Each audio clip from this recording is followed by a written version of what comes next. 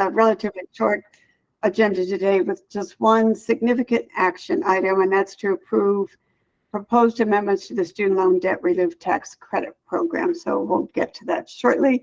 Acting Secretary Sanjay Rai is with us today officially. So welcome, Dr. Rai. We're delighted to have you here. And before I turn things over to Secretary Rai for some comments, I want to take a moment to recognize the commissioners who will be rotating off the commission. Commissioners Sanchel Barol and Chuck McDaniel's terms are up, and they will be moving to new appointments. Commissioners Vivian Boyd, Lewis Brown, James Coleman, and our student commissioner, Sadie Davis, will also be leaving.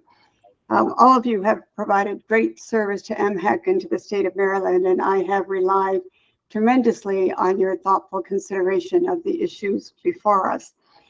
Chuck McDaniels is not with us today, but I want to make certain that I go on record thanking him for agreeing to be vice chair.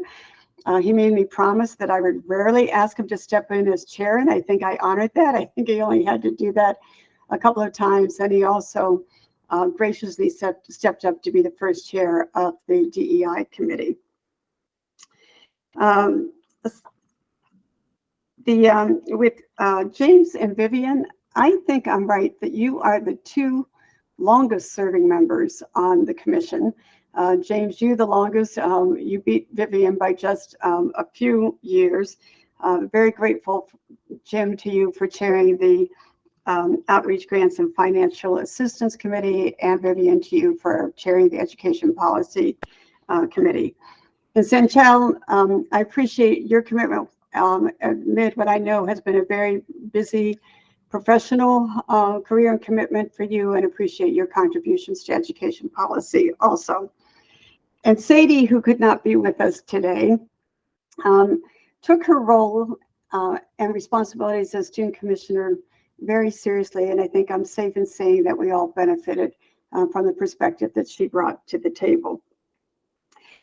This is also my last meeting, as I will be rotating off. It has been my privilege to work with all of you, all the commissioners and the MHEC staff, and to know that what were not always clear-cut review considerations for us. I think that we always operated making decisions that we thought were in the best interest of advancing Maryland's post-secondary education institutions and also serving our students well.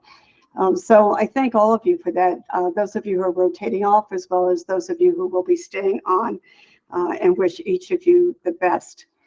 New leadership will be joining the commission, I believe, starting next month. For those of you who are continuing on, I just want to express the appreciation from all of us for your commitment to continue to work to make certain that we find ways to best support post-secondary education in Maryland and to support our students. So again, a great big thank you to all of you. So with that, Secretary Rai, let me turn things over to you. Thank you, Madam Chair. I have some brief comments. Really, I'm honored to be in the position of Acting Secretary of Maryland Higher Education Commission. The important work that Commission has done during the past several years. I'm very thankful to all of you.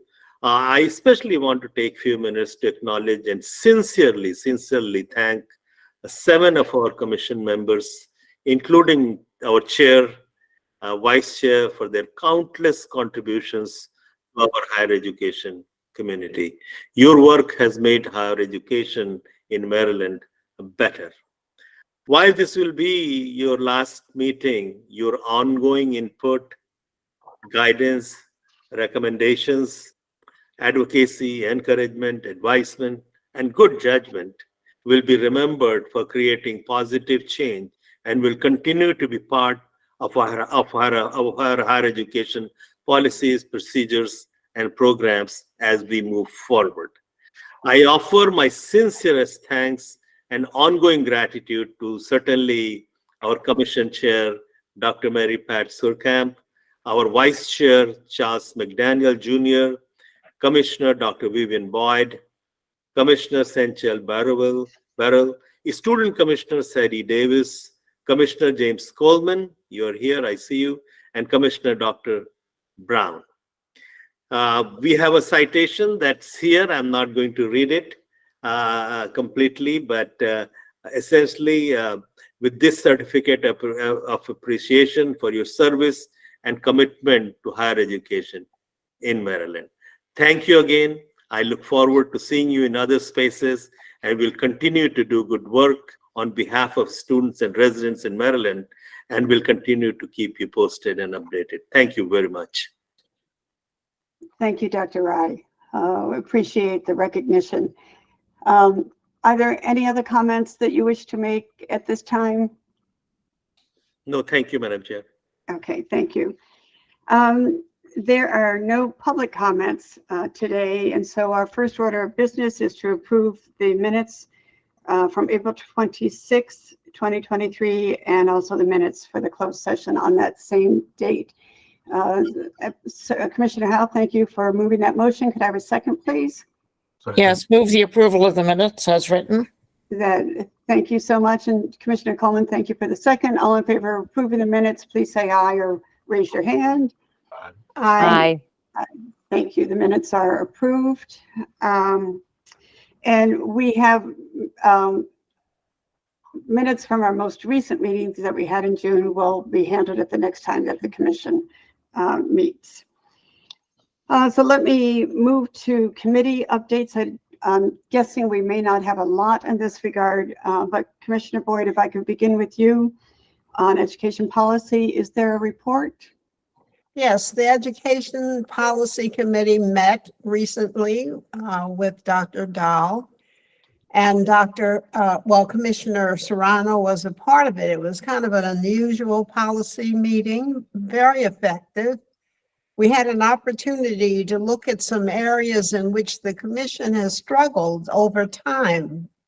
For example, how to handle situations where one institution already has a program that another institution would like to offer. That's pretty much based on the first come, first serve approach, and looking at, are there other ways in which decisions could be made? We also spent a little time talking about the difference between liberal arts colleges and universities as opposed to more applied course offerings such as the area of business.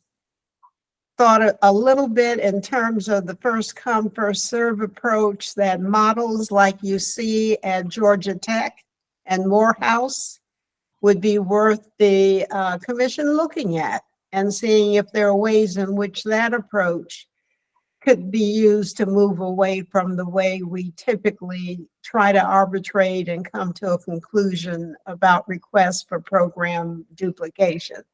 Very effective meeting, and it was sort of a first of its type, and that group is likely to continue on. So I wish them all kinds of success with educational policy. Some critical area of the commission's functioning, and Dr. Dahl makes an enormous contribution to the success that we've had with that policy group over time. Thank you, Commissioner Boyd. And again, thank you for the role that you played in chairing that committee and staying on top of things. Any questions for Commissioner Boyd? Okay, all right, thank you. Commissioner Coleman, outreach grants and financial assistance. There's no report. Thank you. Thank you, Commissioner Coleman. And again, thank you again for chairing this committee and moving their work forward. And Chuck McDaniels is not with us. Commissioner McDaniels is not with us today for a report on DEI. And I don't know, James, are you on that committee also, Commissioner Coleman? No, I have not been active. Okay. So I'm going to assume there's no report there. And Mr. Newman, anything to report on finance and operations? Yes, we're, well, our new budget director, Sam Pandian, has been very busy preparing to wrap up fiscal 2023, which ends in 2 days. And he will be doing the year-end closeout. And I have met with him and talked to him, and he's feeling comfortable with our budget now, which I'm not surprised about, but I'm glad to hear that he's confident and comfortable and ready to close out the fiscal year and move into fiscal 2024. He's also held some interviews for some positions in his area because he is missing a few key positions, accounting positions, that he's going to need to fill. So he's had interviews for one position. He has interviews coming up for the other position. So that's reassuring as well. We also have a few other vacancies that are actively being recruited right now. So we hope to have those filled. And then our Office of Student Financial Assistance gets 3 new pins on Saturday. So they'll fill those to add to their staff and help alleviate the workload in that office. So yeah, we've been pretty busy with the fiscal side of the house, and I think that's about all I have to report at this time. Great, thank you, Mr. Newman. Any questions for Mr. Newman? I'm certain it feels good getting some of those positions filled. It should make a difference, so thank you. Mr. Newman, let me have you introduce the next agenda item, which are the amendments to the one program. Yes, so this is an amendment to our regulations for the Student Loan Debt Relief Tax Credit Program, which received, which was adjusted in a bill this last session, doubling the money that we can award in this program, the level of number of tax credits or level of tax credit funding that we could provide to Maryland citizens who have outstanding student loan debt. And to walk through those regulations, I would like to hand it over to Ms. Mary Logan, who is our program manager for the Student Loan Debt Relief Tax Credit Program. Mary? Yes, hello everyone. Can you hear me? Yes, we can hear you fine. Okay, great. I'm delighted to be here with you today. And Jeff gave some background on the program, the tax credit program. I'm going to give you a little bit more. The program began in 2017. And in that first year, the total available award amount was $5 million.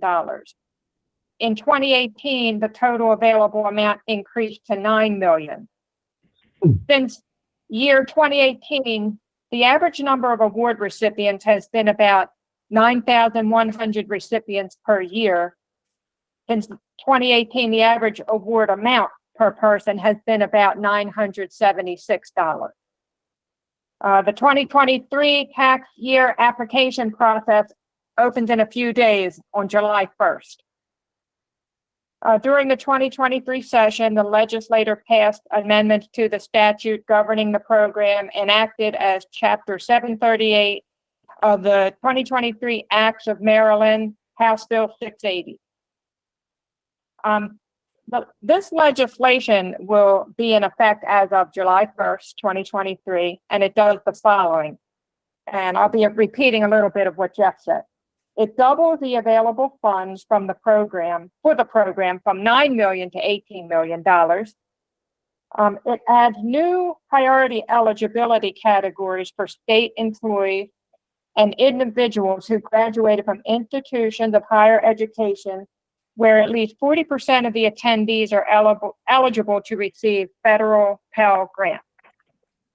It also expands the Commission's responsibilities for outreach and marketing of the tax credit, and requires the Office of Student Financial Aid to include tax credit information on their award letters, and it creates an annual reporting requirement for the Commission.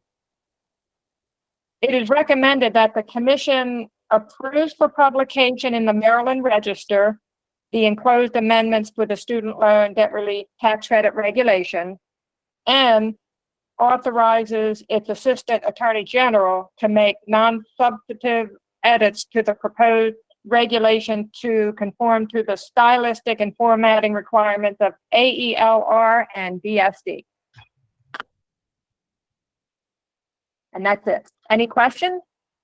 So let me do this first, Mary. If I could get a motion to get the recommendation on the floor. So if someone would move the recommendation as it was read and written. So moved. Commissioner Howell, and a second, please. Commissioner Salinger, thank you.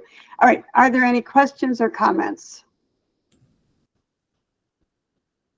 Okay, I think we're probably good then.